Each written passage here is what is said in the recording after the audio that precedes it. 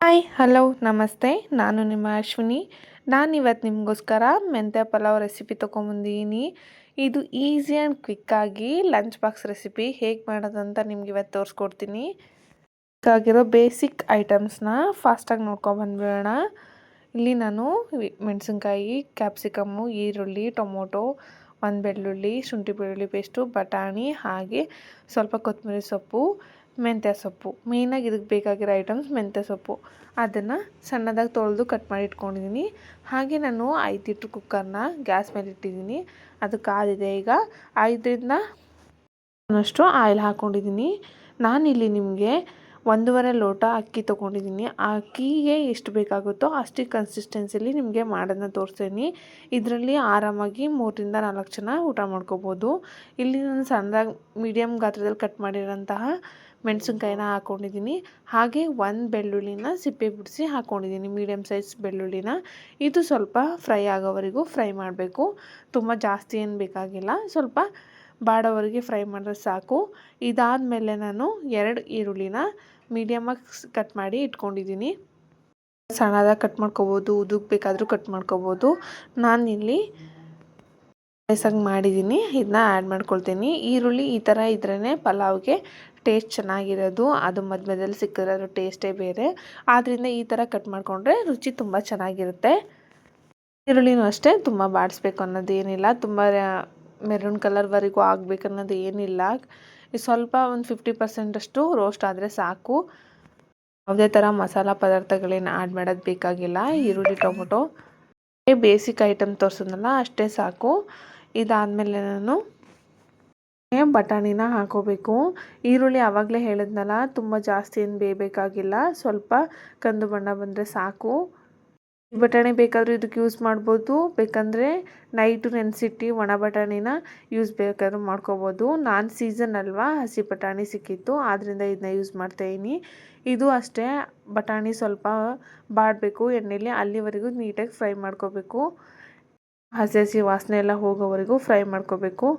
ಇದಾದಮೇಲೆ ನಾನು 1 ಕ್ಯಾಪ್ಸಿಕಮ್ನ ಸಣ್ಣದಾಗಿ ಕಟ್ ಮಾಡಿ ಇಟ್ಕೊಂಡಿದ್ದೀನಿ, ಅದನ್ನು ಆ್ಯಡ್ ಮಾಡ್ಕೋಬೇಕು. ಕ್ಯಾಪ್ಸಿಕಮ್ಮು ಆಪ್ಷನಲ್ಲು, ನೀವು ಬೇಕಾದರೆ ಯೂಸ್ ಮಾಡ್ಬೋದು, ಬೇಡ ಅಂದರೆ ಇಲ್ಲ, ಹಾಕಿದ್ರೂ ಚೆನ್ನಾಗಿರುತ್ತೆ. ಆದ್ದರಿಂದ ಕ್ಯಾಪ್ಸಿಕಮ್ ಹಾಕ್ತಾಯಿದ್ದೀನಿ ನಾನು. ಕ್ಯಾಪ್ಸಿಕಮ್ಮು ಅಷ್ಟೇ ತುಂಬ ಬೇಯಬೇಕು ಅನ್ನೋದೇನಿಲ್ಲ, ಬೇಗ ಬೇಯುತ್ತೆ ಇದು. ಆದ್ದರಿಂದ ತುಂಬ ಹೊತ್ತೇನು ಇದನ್ನು ಬಾಡಿಸ್ಬೇಕಾಗಿಲ್ಲ. ತಿನ್ನೋದಿಲ್ವಲ್ಲ ತರಕಾರಿ, ಬಟಾಣಿ ಮತ್ತು ಸೊಪ್ಪು ಎಲ್ಲ, ಈ ಥರ ಲಂಚ್ ಬಾಕ್ಸ್ಗೆ ಮಾಡಿಕೊಟ್ರೆ ಮಕ್ಕಳು ತುಂಬ ಇಷ್ಟಪಟ್ಟು ತಿಂತಾರೆ. ಮತ್ತು ಇದರಲ್ಲಿ ತರಕಾರಿ, ಮೆಂತ್ಯ ಸೊಪ್ಪೆಲ್ಲ ಆ್ಯಡ್ ಆಗಿದೆ ಅಂತಲೇ ಗೊತ್ತಾಗಲ್ಲ. ಮೆಂತ್ಯ ಸೊಪ್ಪು ರಾಗಿ ನಾವು ಮಾಡ್ತೀವಿ ಅಂತ ಅಂದರೆ ಸ್ವಲ್ಪ ಕಹಿ ಆಗುತ್ತೆ. ಇದ್ರಲ್ಲಿ ಸ್ವಲ್ಪನೂ ಕಹಿ ಆಗಲ್ಲ ಪಲಾವಲ್ಲಿ. ಒಂದ್ಸರಿ ಟ್ರೈ ಮಾಡಿ ನೋಡಿ, ನಿಮಗೆ ಗೊತ್ತಾಗುತ್ತೆ. ನನಗಂತೂ ತುಂಬ ಇಷ್ಟ ಆಗೋ ರೆಸಿಪಿ. ನನ್ನ ಮಕ್ಳಿಗೂ ಲಂಚ್ ಬಾಕ್ಸಲ್ಲಿ ಮಾಡಿಕೊಡ್ತಾ ಇರ್ತೀನಿ ನನ್ನ ಮಗನಿಗೆ. ನೋಡಿ, ಇವಾಗ ಇದು ಫ್ರೈ ಆಗಿದ್ದಾವೆ. ಇದಾದಮೇಲೆ ನಾನು ಅರಿಶಿನ ಪುಡಿನ ಆ್ಯಡ್ ಮಾಡ್ಕೊಳ್ತೀನಿ. ಇದಕ್ಕೆ ಒಂದು ಅರ್ಧ ಸ್ಪೂನಷ್ಟು ಅರಿಶಿನ ಪುಡಿ ಹಾಕಿದ್ರೆ ಸಾಕು, ತುಂಬ ಏನು ಬೇಕಾಗಿಲ್ಲ. ಇದಾದಮೇಲೆ ನಾನು ಚಕ್ಕೆ ಲವಂಗನ ಪೌಡ್ರ್ ಮಾಡಿ ಮಾಡ್ಕೊಂಡಿದ್ದೀನಿ ಮನೇಲಿ, ಅದನ್ನೇ ಇದಕ್ಕೆ ಯೂಸ್ ಮಾಡ್ತಾಯಿದ್ದೀನಿ. 1 ಸ್ಪೂನಷ್ಟು ಚಕ್ಕೆ ಲವಂಗ ಪೌಡ್ರನ್ನ ಹಾಕಿ ನೀಟಾಗಿ ಮಿಕ್ಸ್ ಮಾಡ್ಕೋಬೇಕು. ಇದನ್ನು ಸ್ವಲ್ಪ ಇದು ಬರೋವರೆಗೂ ಮಿಕ್ಸ್ ಮಾಡ್ಕೋಬೇಕು. ನಾನು 3 ಟೊಮೊಟೊನ ಮೀಡಿಯಮ್ ಗಾತ್ರದಲ್ಲಿ ಕಟ್ ಮಾಡಿ ಇಟ್ಕೊಂಡಿದ್ದೀನಿ, ಅದನ್ನು ಕೂಡ ಹಾಕ್ಕೊಳ್ತಾಯಿದ್ದೀನಿ. ಅಷ್ಟೇ, ಪಲಾವ್ ಅಂದಮೇಲೆ 1-2 ಟೊಮೊಟೊ ಜಾಸ್ತಿ ಇದ್ರೇ ಅದು ರುಚಿ ಚೆನ್ನಾಗಿರೋದು. ನಾರ್ಮಲ್ ಪಲಾವ್ ಆದ್ದರಿಂದ ಟೊಮೊಟೊ ಜಾಸ್ತಿ ಹಾಕಿದ್ರೆ ಸ್ವಲ್ಪ ಟೇಸ್ಟು ಚೆನ್ನಾಗಿರುತ್ತೆ. ಮೆಂತ್ಯ ಸೊಪ್ಪಿಂದು ಕಹಿ ಕೂಡ ಬರಲ್ಲ. ಆದ್ದರಿಂದ ಮೀಡಿಯಮ್ ಗಾತ್ರದ ಟೊಮೊಟೊನ 3 ತೊಗೊಂಡ್ರೆ ಸಾಕಾಗುತ್ತೆ. ಟೊಮೊಟೊ ನೀಟಾಗಿ ಫ್ರೈ ಆಗೋ ಥರ ಫ್ರೈ ಮಾಡ್ಕೋಬೇಕು. ಅದು ಬೇಯಬೇಕು. 50% ಟೊಮೊಟೊ ಬೇಯೋವರೆಗೂ ನೀಟಾಗಿ ಬೇಯಿಸ್ಕೋಬೇಕು. ನಾವು ಅರಿಶಿನ ಮತ್ತು ಚಕ್ಕೆ ಲವಂಗ ಪೌಡ್ರ್ ಹಾಕಿರ್ತೀವಲ್ವ, ತಳ ಹಿಡಿದ್ಬಿಡುತ್ತೆ. ಆವಾಗ ತಿರ್ಸ್ಕೊತಾ ಇರಬೇಕು ಟೊಮೊಟೊ ರೋಸ್ಟ್ ಆಗೋವರೆಗೂ. ಹಾಗೆ ಇವಾಗ ನಾನು ನೆಕ್ಸ್ಟ್ ಇದಕ್ಕೆ ಟೊಮೊಟೊ ಸ್ವಲ್ಪ ಬೆಂದಿದೆ. ಇದಾದಮೇಲೆ ನಾನಿಲ್ಲಿ 2 ಸ್ಪೂನ್ ಆಗೋಷ್ಟು ಶುಂಠಿ ಮತ್ತು ಬೆಳ್ಳುಳ್ಳಿ ಪೇಸ್ಟ್ನ ಆ್ಯಡ್ ಮಾಡ್ತಾಯಿದ್ದೀನಿ. ಇದು ಮನೆಯಲ್ಲೇ ನಾನು ಶುಂಠಿ ಮತ್ತು ಬೆಳ್ಳುಳ್ಳಿನ ಗ್ರೈಂಡ್ ಮಾಡಿ ಇಟ್ಕೊಂಡಿರ್ತೀನಿ. ಯಾವಾಗ ಬೇಕು ಆವಾಗ ಯೂಸ್ ಮಾಡ್ಕೊಳ್ತೀನಿ. ನೀವು ಹಾಗೆ ಯೂಸ್ ಮಾಡಿಕೊಂಡ್ರೆ ಹೆಲ್ತ್ಗೆ ಒಳ್ಳೆಯದು. ಯಾವುದೇ ರೆಡಿಮೇಡ್ ಅಂಗಡಿ ತೊಗೋಬಾರ್ದು, ಆರೋಗ್ಯ ಹಾಳಾಗುತ್ತೆ. ಇದ್ದಾಗ ಶುಂಠಿ ಬೆಳ್ಳುಳ್ಳಿ ಪೇಸ್ಟ್ ಮಾಡಿಟ್ಕೊಂಡ್ರೆ, ಇವಾಗ ಅರ್ಜೆಂಟ್ ಇದ್ದಾಗ ಮಾರ್ನಿಂಗ್ ಸ್ಕೂಲ್ಗೆ ಲೇಟ್ ಆಗಿರುತ್ತೆ ಅಂತ ಟೈಮಲ್ಲಿ ಇದನ್ನ ಈಸಿಯಾಗಿ ಮಾಡ್ಕೋಬೋದು. ಇವಾಗ ಶುಂಠಿ ಬೆಳ್ಳುಳ್ಳಿ ಪೇಸ್ಟು ಅದ್ರ ಹಸಿ ಸ್ಮೆಲ್ ಹೋಗೋವರೆಗೂ ಚೆನ್ನಾಗಿ ಬೇಯಿಸ್ಕೋಬೇಕು. ಇದಾದಮೇಲೆ ನಾನು ಪುಡಿನ ಹಾಕ್ಕೊಳ್ತಾ ಇದ್ದೀನಿ. ಮೆಣಸಿನ ಪುಡಿ ಅಷ್ಟೇ 1 ಸ್ಪೂನ್ ಹಾಕ್ಕೊಂಡ್ರೆ ಸಾಕಾಗುತ್ತೆ. ಖಾರ ಎಷ್ಟು ತಿಂತೀವೋ ಅಷ್ಟ್ರ ಮೇಲೆ. ನಾನು ತೋರಿಸ್ತಿರೋದು 1.5 ಲೋಟ ರೈಸ್ಗೆ 1 ಸ್ಪೂನಷ್ಟು ಸಾಕಾಗುತ್ತೆ. ಯಾವಾಗಲೇ ಹೇಳ್ದಂಗೆ ಇದನ್ನ 3ರಿಂದ 4 ಜನ ಆರಾಮಾಗಿ ತಿನ್ಬೋದು. ಲಂಚ್ ಬಾಕ್ಸ್ ಅಂತೂ ಪರ್ಫೆಕ್ಟಾಗಿರುತ್ತೆ ಇದು. ಬೆಳಿಗ್ಗೆ ಲೇಟಾಗಿ ಎದ್ದಿರ್ತೀವಿ, ಅವಾಗ ಬೇಗ ಅರ್ಜೆಂಟಿಗೆ ಏನು ಮಾಡ್ಬೋದು ಅಂದರೆ ಇದನ್ನೇ ಮಾಡ್ಕೋಬೋದು ಮಕ್ಕಳಿಗೆ ಮತ್ತು ಹೊರಗಡೆ ಡ್ಯೂಟಿಗೆ ಹೋಗೋರಿಗೆ. ಇದಾದಮೇಲೆ ನಾನು 1 ಸ್ಪೂನಷ್ಟು ಗರಂ ಮಸಾಲ ಹಾಕ್ಕೊಳ್ತಾ ಇದ್ದೀನಿ. ಇದು ಅಷ್ಟೇ ಸ್ವಲ್ಪ ಸ್ಮೆಲ್ ಹೋಗೋವರೆಗೂ ತಿರುಗಿಸಿದ್ರೆ ಸಾಕು, ಹಸಿ ವಾಸನೆ ಹೋಗೋವರೆಗೂ. ಇದಾದಮೇಲೆ ನಾನು ತೊಳೆದಿಟ್ಟಿರೋಂಥ 1 ಕಪ್ ಮೆಂತ್ಯ ಸೊಪ್ಪನ್ನ ಹಾಕ್ಕೊಳ್ತಾ ಇದ್ದೀನಿ. ಮೆಂತ್ಯ ಸೊಪ್ಪು ನೀಟಾಗಿ ಈ ಮಸಾಲ ಒಳಗಡೆ ಬೇಯೋವರೆಗೂ ನೀಟಾಗಿ ಬೇಯಿಸ್ಕೋಬೇಕು. ಇದನ್ನು ಸೊಪ್ಪು ನೀಟಾಗಿ ಬಾಡಿಸ್ಕೊಂಡು ಬೇಯಿಸಿದಷ್ಟು ಕಹಿ ಬರಲ್ಲ. ಈ ಥರ ನೀಟಾಗಿ ಮಿಕ್ಸ್ ಮಾಡಿ ಸ್ವಲ್ಪ ಹೊತ್ತು ಬೇಯಿಸ್ಬೇಕು. ಒಂದು 3 to 5 ಮಿನಿಟ್ಸ್ನೇ ಇದನ್ನ ಚೆನ್ನಾಗಿ ಬೇಯಿಸ್ಕೋಬೇಕು. ಮೆಂತ್ಯ ಸೊಪ್ಪನ್ನ ಅಲ್ಲಿರೋಂಥ ನೀರೆಲ್ಲ ಬಿಡೋವರೆಗೂ ನೀಟಾಗಿ ಬೇಯಿಸ್ಕೋಬೇಕು. ನೋಡಿ, ಈ ಥರ ತಿರ್ಸ್ಕೊಂಡು ಆವಾಗ ನೀಟಾಗಿ ಬೇಯಿಸ್ಕೋಬೇಕು. ಇದು ಮೆಂತ್ಯ ಸೊಪ್ಪು ಪಲಾವ್ನ ಅನ್ನೋ ಥರ ಟೇಸ್ಟ್ ಆಗುತ್ತೆ. ಮೆಂತ್ಯ ಸೊಪ್ಪುದು ಕಹಿ ಒಂದು ಸ್ವಲ್ಪನೂ ಬರಲ್ಲ.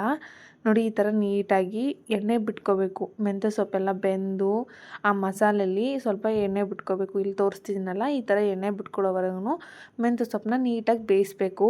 ಇದಾದಮೇಲೆ ನಾನು ಇದಕ್ಕೆ ಉಪ್ಪನ್ನ ಹಾಕ್ಕೋತಾ ಇದ್ದೀನಿ. ರುಚಿಗೆ ತಕ್ಕಷ್ಟು ಉಪ್ಪು ಹಾಕ್ಕೋಬೇಕು. 1.5 ಸ್ಪೂನ್ ಹಾಕ್ಕೊಳ್ತಾ ಇದ್ದೀನಿ ನಾನು. ಕರೆಕ್ಟಾಗುತ್ತೆ ಇಷ್ಟು ಹಾಕಿದ್ರೆ ಉಪ್ಪು. ಇಲ್ಲಿ ಹೇಳಂಗೆ ಉಪ್ಪು ಸ್ವಲ್ಪ ಕಡಿಮೆ ಹಾಕಿದ್ರು ರುಚಿ ನೋಡಿ ಹಾಕೋಬೋದು. ಮೊದಲೇ ಜಾಸ್ತಿ ಹಾಕೋಬಿಟ್ರೆ ಉಪ್ಪು ಜಾಸ್ತಿ ಆದರೆ ಊಟನೇ ಹಾಳಾಗ್ಬಿಡುತ್ತೆ. ಆದ್ದರಿಂದ ನೋಡಿ ಹಾಕೋಬೇಕು ಉಪ್ಪನ್ನ. ನೆಕ್ಸ್ಟ್ ಇದಾದಮೇಲೆ ನಾನು ಒಂದು ಸೈಡಲ್ಲಿ ನೀರು ಕಾಯಕ್ಕೆ ಇಟ್ಕೊಂಡಿದ್ದೀನಿ. 1 ಲೋಟ ರೈಸ್ಗೆ 2 ಲೋಟದಷ್ಟು ನೀರು ಇಟ್ಕೋಬೇಕು. ನಾನಿಲ್ಲಿ 1.5 ಲೋಟ ರೈಸ್ ತೊಗೊಳೋದ್ರಿಂದ 3 ಲೋಟದಷ್ಟು ನೀರನ್ನ ಕಾಯಕ್ಕೆ ಇಟ್ಕೊಂಡಿದ್ದೆ. ಅದು ಚೆನ್ನಾಗಿ ಕುದಿ ಬಂದಾಗ ನೀರನ್ನ ಇದಕ್ಕೆ ಹಾಕ್ಕೊಳ್ತಾ ಇದ್ದೀನಿ. ಯಾಕಂದರೆ ತುಂಬ ಟೈಮ್ ತಗೊಳ್ಳಲ್ಲ. ನಾವು ಸ್ವಲ್ಪ ಬಿಸಿ ನೀರು ಮಾಡಿ ಹಾಕಿದ್ರೆ ಆದ್ದರಿಂದ ಸ್ವಲ್ಪ ಚೆನ್ನಾಗಿ ಕಾಯಿಸಿ ನೀರು ಹಾಕಬೇಕು. ಇದಾದಮೇಲೆ ನಾನು ಇಲ್ಲಿಗೆ ಕೊತ್ತಂಬರಿ ಸೊಪ್ಪನ್ನ 1/2 ಕಪ್ಪಷ್ಟು ಕೊತ್ತಂಬರಿ ಸೊಪ್ಪನ್ನ ಆ್ಯಡ್ ಮಾಡ್ಕೊಳ್ತಾ ಇದ್ದೀನಿ. ಯಾವಾಗಲೂ ರೈಸ್ಗೆ 1 ಲೋಟ ರೈಸ್ ಹಾಕ್ತೀವಿ ಅಂತಂದರೆ 1 ಲೋಟ ನೀರೇ ಹಾಕಬೇಕು. ಕರೆಕ್ಟ್ ಹದವಾಗಿರುತ್ತೆ. ಯಾವುದೇ ಪಲಾವೇ ಆಗಲಿ ಬಿರಿಯಾನಿ ಆಗಲಿ ಮಾಡಬೇಕಾದ್ರೆ ನಾವು. ಇವಾಗ ನೋಡಿ ನೀರು ಕುದೀತಾ ಇದೆ. ಇದಕ್ಕೆ ನಾನು ಮೊದಲೇ ಇವಾಗ 1.5 ಗ್ಲಾಸಷ್ಟು ರೈಸ್ನ ತೊಳೆದು ನೆನೆಯಕ್ಕೆ ಇಟ್ಕೊಂಡಿದ್ದೀನಿ. ಒಂದು 5 ನಿಮಿಷ ನೆನೆಸಿಟ್ಟಿದ್ದೀನಿ. ಬೇಕಾದರೆ ಹಾಗೆ ತೊಳೆದು ಬೇಕಾದ್ರೆ ಹಾಕೋಬೋದು. ನಾವು ಇವಾಗ ನೀರು ಕುದಿಯೋಕ್ಕೆ ಇಟ್ಟಾಗ್ಲೇ ಅಕ್ಕಿ ತೊಳೆದಿಟ್ಕೊಂಡ್ರೆ ಸ್ವಲ್ಪ 1 ನಿಮಿಷನಾದರೂ ನೆನೆಯುತ್ತೆ. ಆವಾಗ ನೀಟಾಗಿ ಅನ್ನ ಉದ್ದರೂ ಬರುತ್ತೆ ಮತ್ತು ತುಂಬ ಬೇಗ ವಿಷಲ್ ಕೂಡ ಆಗುತ್ತೆ.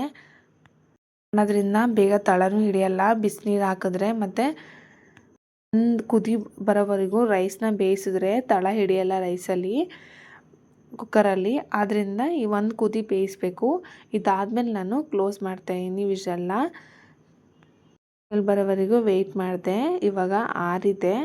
ನೋಡಿ ಎಷ್ಟು ಉದ್ದುದ್ರಾಗಿ ಬಂದಿದೆ ಅಂತ. ನಿಮ್ಗೆ ಕ್ವಿಕ್ಕಾಗಿ ತೋರಿಸ್ಬೇಕಲ್ಲ, ಅದಕ್ಕೆ ಫಾಸ್ಟ್ ವಿಡಿಯೋ ಮಾಡಿ ತೋರಿಸಿದ್ದೀನಿ. 1 ವಿಷಲ್ ಆಗಿ ಒಂದು 10 ನಿಮಿಷ ಆರಿಸಿದ್ಮೇಲೆ ಈ ಥರ ಫೈನಲಿ ಲುಕ್ ಬಂದಿದೆ.